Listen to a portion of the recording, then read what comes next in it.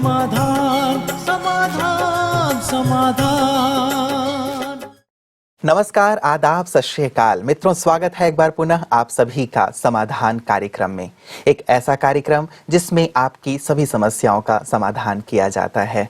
लक्ष्य हमारा यही है कि हर प्रकार की समस्याएं दूर हों और जीवन आनंद से परिपूर्ण हो। पिछली बार भी हमने चर्चा की थी कि किस प्रकार समस्याएं जीवन को बहुत ज़्यादा नुकसान पहुंचा देती हैं। ऐसे में जब हमारा दृष्टिकोण उसके लिए नकारात्मक होता है या फिर हम निराशा के गर्त में उतर जाते हैं, आवश्यकता है कि हम अपने दृष्टिकोण को बहुत सकारात्मक बना करके रखें और ऐसे पलों में अपनी धीरज को, अपनी शांति को कायम रखें।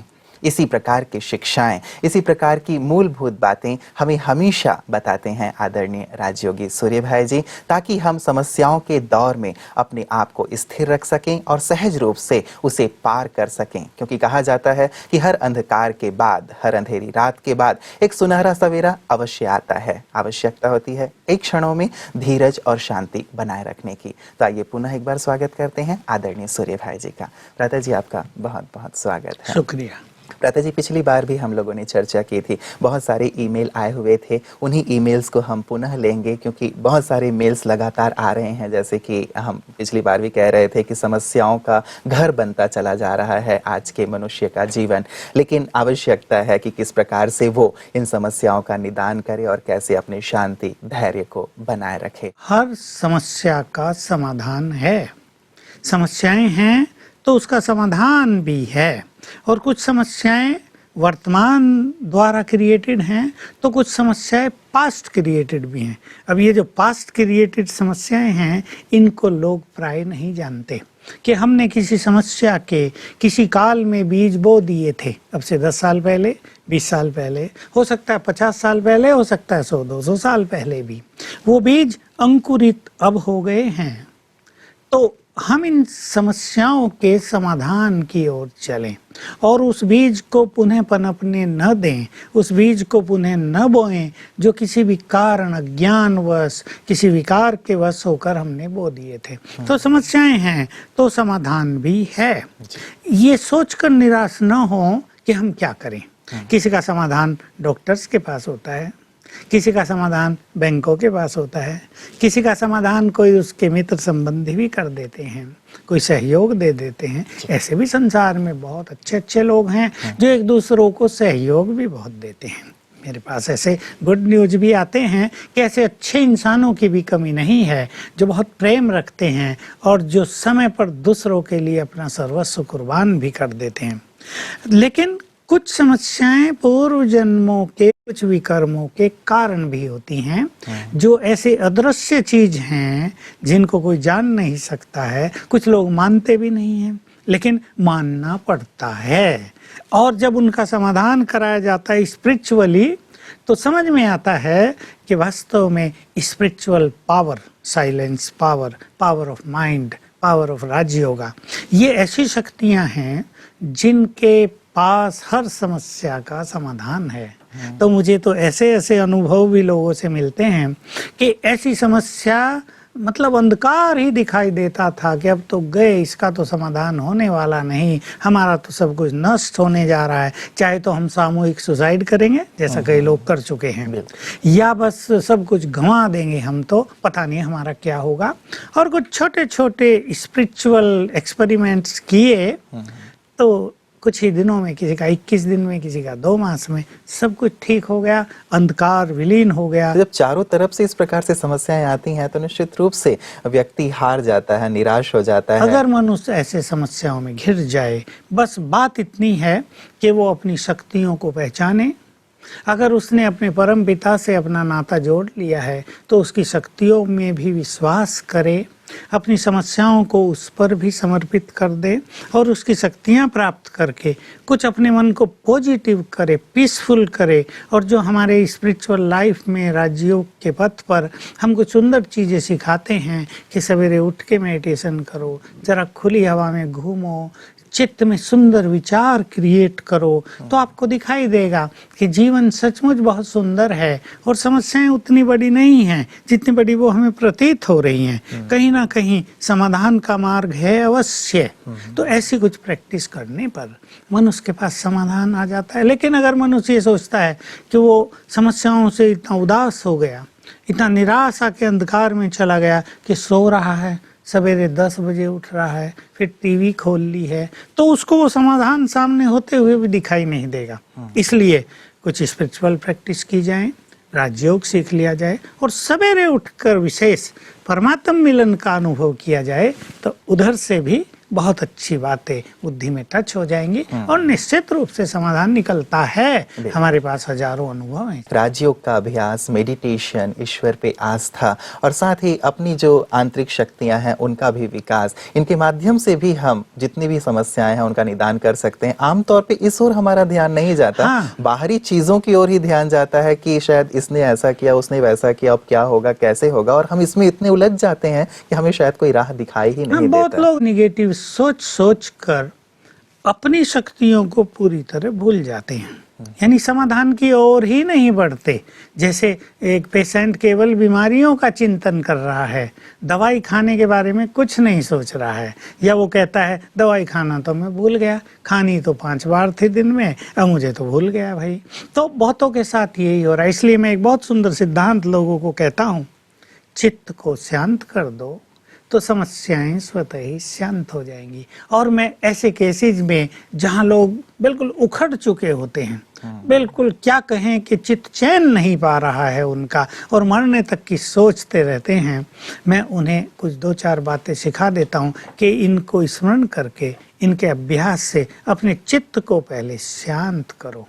तो मैं ये बहुत अनुभव में देखा, चित्त शांत तो समस्याएं शांत। बहुत सुंदर बात है भ्राता जी, इस पर भी अवश्य अमल करेंगे हमारे दर्शक जो इस चीज को सुन रहे हैं। और आध्यात्मिकता या मेडिटेशन या राजयोग हमारी समस्याओं का समाधान किस प्रकार से कर सकता है, इस पर भी वो अवश्य विचार करेंगे। भ्राता जी, मैं मेल की ओर आ रहा हूँ कि हमारे पास जो आज मेल आया है, प्रथम ये है श्री रामपुर से भक्ति माली लिखती हैं कि भक्ति में लोग मंत्र जाप करते हैं और आप लोग राजयोग सिखाते हैं, दोनों में अंतर क्या? बहन जी भक्ति की बात तो कर ही रही है, नाम ही भक्ति माली है। मंत्र जाप भी आज कितने लोग करते हैं? मेरे से बहुत भक्त लोग मिलते हैं और ये प्रश्न मेरे से पूछा जाता है। मैं जब उनसे पूछता हूँ कि कितनी माला फेरते हो, तो मैंने कहा क्या सचमुच माला पे मन लगता है मंत्र पे? तो जैसा सब लोगों के अनुभव हैं कि माला कुछ जप रहे हैं और मंत्र भी याद आ रहा है, लेकिन मन कहीं और भी भाग रहा है, या कहीं कभी मंत्र को छोड़ के कुछ और ही करने लगे हैं, कभी इधर उधर देखने लगे वो काम हुआ है या नहीं हुआ है। तो मंत्र जाप भी वास्तव में सच्चे मन से नहीं किया जा रहा। लेकिन मैं मंत्र जाप का एक महत्व अवश्य सबके सामने रखूंगा। मंत्रों में बहुत शक्ति होती है, लेकिन मंत्र का यथार्थ रूप से उच्चारण, एक तो इसका महत्व है क्योंकि उससे कुछ वेव्स निकलनी चाहिए, जो वेव्स वहां तक पहुंचेंगी जिसके लिए हम उन मंत्रों का जाप कर रहे हैं। दूसरी चीज ये है कि शुद्ध मन से किया जाए। अगर मन शुद्ध नहीं है तो मंत्रों की शक्ति भी ज़्यादा काम नहीं करेगी। और तीसरी चीज़ ये कि मंत्रों का उच्चारण बार बार यदि किया जाए बहुत एकाग्रता के साथ, तो मन पूरी तरह शांत हो जाता है। शांत मन से बहुत एनर्जी जनरेट होती है, ये इसका फायदा है। इसलिए मंत्र शक्ति के बहुत चमत्कारिक प्रभाव प्राचीन काल में ऋषियों के द्वारा देखे गए, दिखाए गए, लेकिन आज वो शक्ति लोगों में नहीं रही क्योंकि इसके पीछे पवित्रता का बल चाहिए, तो वो तो लोगों में रहा नहीं, इवन सन्यासियों में भी नहीं रहा। बहुत कम अच्छे संतगण जो बिल्कुल दूर रहते हैं और लोभ लालच से भी परे रहते हैं, शिष्यों के चक्कर से परे रहते हैं, उनके पास ऐसी कुछ शक्तियां अवश्य रहती हैं। लेकिन राजयोग ये तो सीधा परमात्मा से मिलन है। राजयोग परमात्मा की खोज नहीं है, उससे मिलन है। और इस राजयोग की विशेषता यही कि ये राजयोग की विद्या स्वयं योगेश्वर भगवान ही देते हैं। ये मनुष्यों के द्वारा दी ही नहीं जा सकती क्योंकि मनुष्य को न आत्मा का संपूर्ण ज्ञान है, न परमात्मा का। वो परमात्मा कहते तो हैं, लेकिन वो क्या है, कहाँ है, उसका स्वरूप क्या है, उसके गुण कर्तव्य क्या हैं, इसका बोध मनुष्यों के पास नहीं होता। हम कौन हैं, ये तो एक खोज ही बनी रही संसार में, हमारे दर्शनों में, और हमारे जो मनीषी रहे हैं, ऋषि मुनि रहे हैं, वो भी खोज करते रहे कि आखिर तुम हो कौन। लेकिन परमात्मा आकर एक बहुत ही स्पष्ट सा ज्ञान हमें दे देते हैं, हम आत्माएं हैं, देह भान से न्यारे हो जाओ। पहली जो इम्पोर्टेंट चीज होती है, स्वयं को इस बॉडी कॉन्शियसनेस से परे करना। बॉडी कॉन्शियसनेस से जुड़े हैं समस्त विकार, तो जैसे ही हम इस बॉडी कॉन्शियसनेस से बिल्कुल डिटैच होने लगते हैं, तो भौतिकता से भी हम थोड़े डिटैच हो जाते हैं, और जो संसार में हमारी तृष्णाएं, इच्छाएं, रस दौड़ भाग कर रहे हैं और हमें बांध रहे हैं, वो छूट जाते हैं। और दूसरी ओर ये मनोविकार भी ढीले पड़ने लगते हैं। हजारों लाखों के अनुभव हैं, वो क्रोधी थे, बॉडीलेस का अभ्यास करने से क्रोध शांत हो गया, अब उनके जीवन में शांति है, उनके परिवार में शांति है। और दूसरी चीज, परमात्मा से बुद्धि योग जोड़ना, बिना इसके योग इनकम्प्लीट है। केवल मंत्र जाप, ये भी एक योग है, मंत्र योग। प्रेम योग भी है, भगवान से प्रेम जोड़ना, लेकिन जब तक हमने उससे बुद्धि योग नहीं जोड़ा, उसके स्वरूप पर मन बुद्धि को स्थिर नहीं किया, तब तक ये राजयोग कंप्लीट नहीं होता। तो अशरीरी होकर आत्मिक स्वरूप में आकर परमात्मा से नाता जोड़ना, उसके स्वरूप पर मन बुद्धि को स्थिर करना, और उससे शक्तियां ग्रहण करना, उससे प्योर वाइब्रेशंस रिसीव करना, ये राजयोग है। तो ये जो मंत्र जाप कर रहे हैं भ्राता जी, तो आप उन्हें क्या सजेस्ट करेंगे कि मंत्र जाप करते रहें या राजयोग का अभ्यास करें? मैं तो यही सजेशन दूंगा कि मंत्र जाप तो करके देख लिया, ठीक है, किसी को शांति मिली होगी, अच्छा है, न कुछ करने से तो कुछ करना ही बेहतर होता है। लेकिन राजयोग तो एक संपूर्ण योग है, परमात्म मिलन का मार्ग है। इस योग के अभ्यास से तो साधक को ये महसूस होता है कि हम भगवान से मिलते हैं। जब योग किया, मानव मिलन की अनुभूति हुई, और मेरे जीवन में भी यही हुआ कि 1964 में मैंने जब प्रथम बार योग किया था, तो लगा भगवान से मिलन हो गया, और उसने मुझे आकर्षित कर लिया।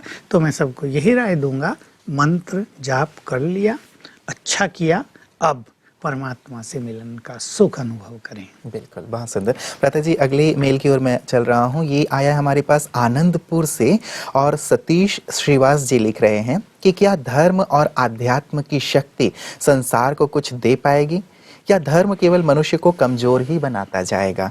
इतिहास साक्षी है कि धर्म ने सत्ता को निर्बल किया और अनेक लोग भय के शिकार हो गए। कृपया इस पर प्रकाश डालें। बहुत ही सुंदर प्रश्न है सतीश का जी। बिल्कुल, हम भी इसी तरह से चिंतन करते आते थे कि धर्म ने मनुष्य को कमजोर किया। सम्राट अशोक, जो अशोक महान के नाम से हमारे इतिहास में प्रसिद्ध है, मैं उनका ही उदाहरण दूंगा जो इतिहास में बहुत वेल नोन है।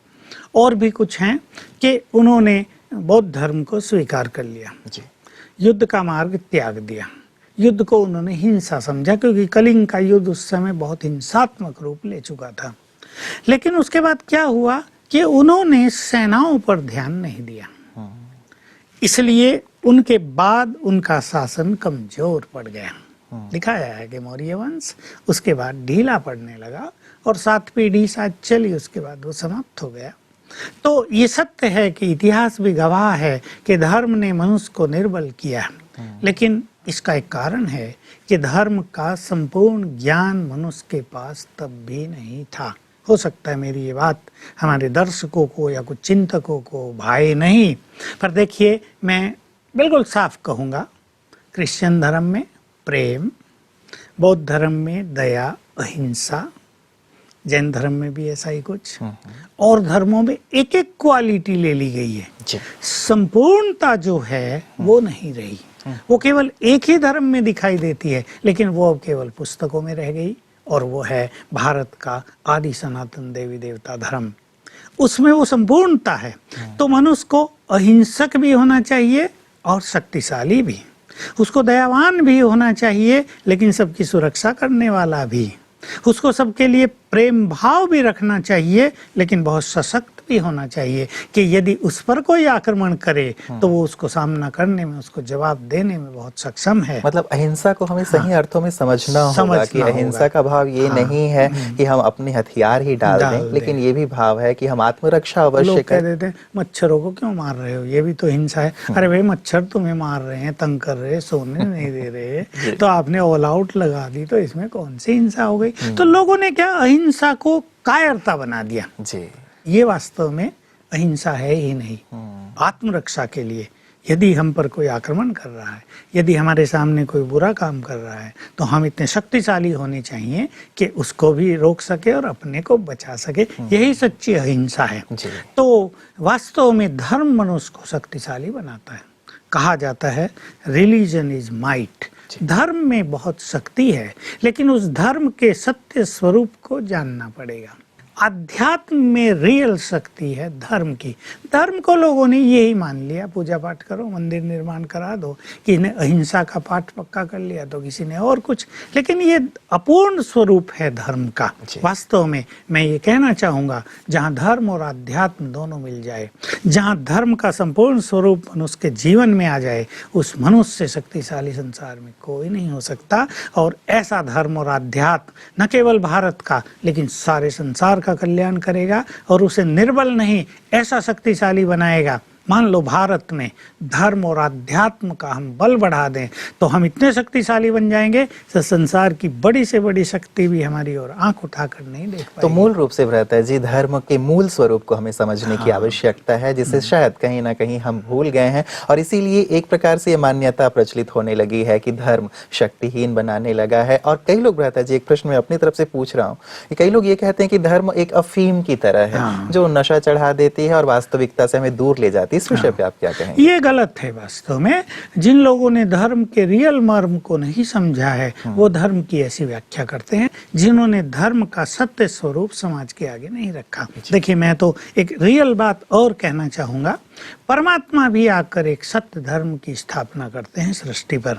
हमने देखा मनुष्यों ने तो अपने आत्मबल के आधार से अनेक धर्म स्थापित किए। क्राइस्ट ने क्रिश्चियन धर्म, महात्मा बुद्ध ने बौद्ध धर्म, ऐसे ही। लेकिन एक धर्म स्वयं परमात्मा के द्वारा भी स्थापित होता है और वो है आदि सनातन देवी देवता धर्म। और धर्म की इतनी शक्ति उस धर्म में भर जाती है, आदि सनातन देवी देवता धर्म में, कि वो धर्म ऑलमाइटी रिलीजन बन जाता है। और जब वो धर्म भारत में होता है तो संसार की कोई शक्ति भारत की ओर आंख उठाकर नहीं देखती। वो ऑलमाइटी रिलीजन, ऑलमाइटी गवर्नमेंट वाला धर्म हो जाता है। तो धर्म तो मनुष्य को बहुत शक्तिशाली बनाता है। आपने भ्राता जी आदि सनातन देवी देवता धर्म की बात कही, तो ये धर्म तो आजकल हम सुनते ही नहीं। ये धर्म कौन सा? क्रिश्चियन हम देखते हैं, बुद्धिस्ट हम देखते हैं, जैनी हम देखते हैं, हिंदू हम देखते हैं, लेकिन ये जो आदि सनातन देवी देवता धर्म है इसका तो कहीं, देखिए, ये लोप ही हो गया है। लोग केवल अपने को सनातनी कहने लगे हैं, यानी जो श्री राम के भक्त हैं। एक सनातन भी एक सेक्ट बन गया है, जैसे वैष्णव संप्रदाय बन गया है, तो एक स्वामीनारायण संप्रदाय बन गया है। हिंदू धर्म में ऐसे भिन्न भिन्न भेद हो गए। कोई शैव मत को मानने वाले हैं, कोई वैष्णव मत को मानते तो कोई वैष्णव मत को, विष्णु के पुजारी हैं, उसमें मान्यता रखते हैं वो उसको। लेकिन ये वास्तव में सब एक ही धर्म था, जिसका अब से कुछ समय पहले नाम था हिंदू धर्म। शंकराचार्य है, और उससे पहले ये धर्म के बहुत सारे सेक्ट जो बन गए हैं, संप्रदाय बन गए, ये तब नहीं थे। और उससे पहले उसी धर्म का मूल नाम था आदि सनातन देवी देवता धर्म। तो ये धर्म सतयुग और त्रेता युग में चला, 2 युग तक इस धर्म का आधिपत्य रहा। और बाद में इसी का नामांतरण हुआ हिंदू रूप में, और फिर हिंदू धर्म में बहुत सारे सेक्ट संप्रदाय बन गए, और इस तरह धर्म का स्वरूप थोड़ा बिगड़ता भी गया, निगेटिव भी होता गया। तो वास्तव में जैसे हम पढ़ते भी हैं इतिहास में कि चूंकि सिंधु नदी के किनारे बसे हुए थे ये सभी, इसीलिए हिंदू कह दिया गया इनको, लेकिन वास्तव में ये आदि सनातन देवी देवता धर्म के थे, भले ही बाद में हिंदू नाम पड़ गया है। जी भ्राता जी, मैं अगले मेल की ओर चल रहा हूँ। ये मेल हमारे पास आया है कोल्हापुर से, और ये आनंद माने जी लिख रहे हैं कि मैं आपका कार्यक्रम समाधान नियमित रूप से देखता हूं और आप लोग प्रायः आध्यात्म शब्द का प्रयोग करते हैं, धर्म का नहीं। मैं जानना चाहता हूं कि धर्म और अध्यात्म, क्या ये दोनों अलग चीजें हैं? शायद इसी की चर्चा आप अभी कर ही रहे थे। हाँ, नहीं, और भी इस पे, ये तो देखिए एक ऐसा विस्तृत और विशाल विषय है जिस पर बहुत अच्छी चर्चाएं की जा सकती हैं। धर्म के स्वरूप तो हम सब देखते हैं, और धर्म अलग अलग हैं ये भी दिखाई देता है, और लोग ये भी कोशिश करते हैं सभी धर्म मिलके एक हो जाएं, जो बिल्कुल असंभव कार्य है। लोगों ने कोशिश करके देख लिया, क्योंकि धर्म आजकल एक ऐसा स्वरूप ले चुका है कि हर व्यक्ति सोचता है मेरा धर्म ही सर्वश्रेष्ठ है, मुझे अपने धर्म का ही पालन करना चाहिए, दूसरों का धर्म तो बेकार है। उनके लिए लोगों के मन में सम्मान भी नहीं रहा। तो धर्म के साथ अगर आध्यात्म भी जुड़ जाता है तो धर्म रियल स्वरूप ले लेता है मनुष्य के जीवन में। तब उसे पूजा पाठ की जरूरत नहीं होती, उसका जीवन ही धर्म का स्वरूप होता है। उसे ग्रंथ पढ़ने की जरूरत भी नहीं होती, उसका जीवन ही एक सुंदर ग्रंथ होता है, उसका जीवन ही अपना तीर्थ बन जाता है। तो वास्तविक चीज अध्यात्म ही है। अध्यात्म के बिना धर्म में गिरावट होती आई है। जो हमने चर्चा की, धर्म बहुत सतोप्रधान स्वरूप में था, बहुत पवित्र था, लेकिन अब धर्म का स्वरूप ऐसा हो गया है कि विदेशों में तो धर्म के नाम से लोग चिढ़ने लगे। क्रिश्चियन जो इतना बड़ा धर्म कहलाता है, अगर उसमें सर्वे किया जाए कि कितने लोग धर्म को मानने और जानने वाले हैं, तो शायद 1% भी विभाजन भी काफी हो गया, बहुत हो गया है। वहाँ तो भगवान के नाम से लोग चिढ़ने लगे। हमारे भारत में कम से कम वो स्थिति तो नहीं है। युवक कम से कम फिर भी धार्मिक भावनाओं से जुड़े रहते हैं। तो अध्यात्म को अगर समझ लिया जाए, यानी आत्मा और परमात्मा को जानना, दोनों का संबंध जोड़ लेना, अपनी आत्मोन्नति करना, चित्त को शुद्ध करना, मनोविकारों का त्याग करना, ये सब अध्यात्म कहलाता है। बहुत सुंदर भ्राता जी, ये चर्चा तो मुझे लगता है कि बहुत गहन हो सकती है और इस पे चर्चा होनी ही चाहिए, क्योंकि लोग शायद इस चीज़ को भूलते जा रहे हैं या उतना महत्व नहीं दे रहे हैं। धार्मिक कर्म कांडों में ही ज़्यादा लिप्त हैं, चाहे वो पूजा पाठ की हो, चाहे वो गिरजाघर जाने की हो, चाहे नमाज पढ़ लेने की हो, लेकिन आध्यात्म जो आपने कहा कि हर एक धर्म का मूल है, वो चीज़ कहीं ना कहीं खोती जा रही है। इस पर चर्चा हम भ्राता जी आगे भी आपके साथ जारी रखेंगे। आज की तमाम चर्चा के लिए आपका बहुत बहुत धन्यवाद। बहुत सुंदर धार्मिक और आध्यात्मिक चर्चा है, और हम सब के जीवन का सार यही है कि हम अपनी आत्म उन्नति करें। यदि हम संसार में आए हैं तो स्वयं को संपूर्ण रूप से जानें और उस परम सत्ता को भी जानें जिसने हमें इस संसार में भेजा है, कि हम क्या करें क्या ना करें, किस प्रकार से संसार में रहते हुए संपूर्ण आनंदित रहें और दूसरों को भी आनंद प्रदान करें। लेकिन ये तभी हो सकता है जब हम स्वयं को अच्छी तरह समझें, और ये संभव है आध्यात्म को समझने से। इस चर्चा को हम आगे भी जारी रखेंगे। आज के लिए इतना ही, दीजिए इजाजत, नमस्कार। धैर्य और दृढ़ मनोबल से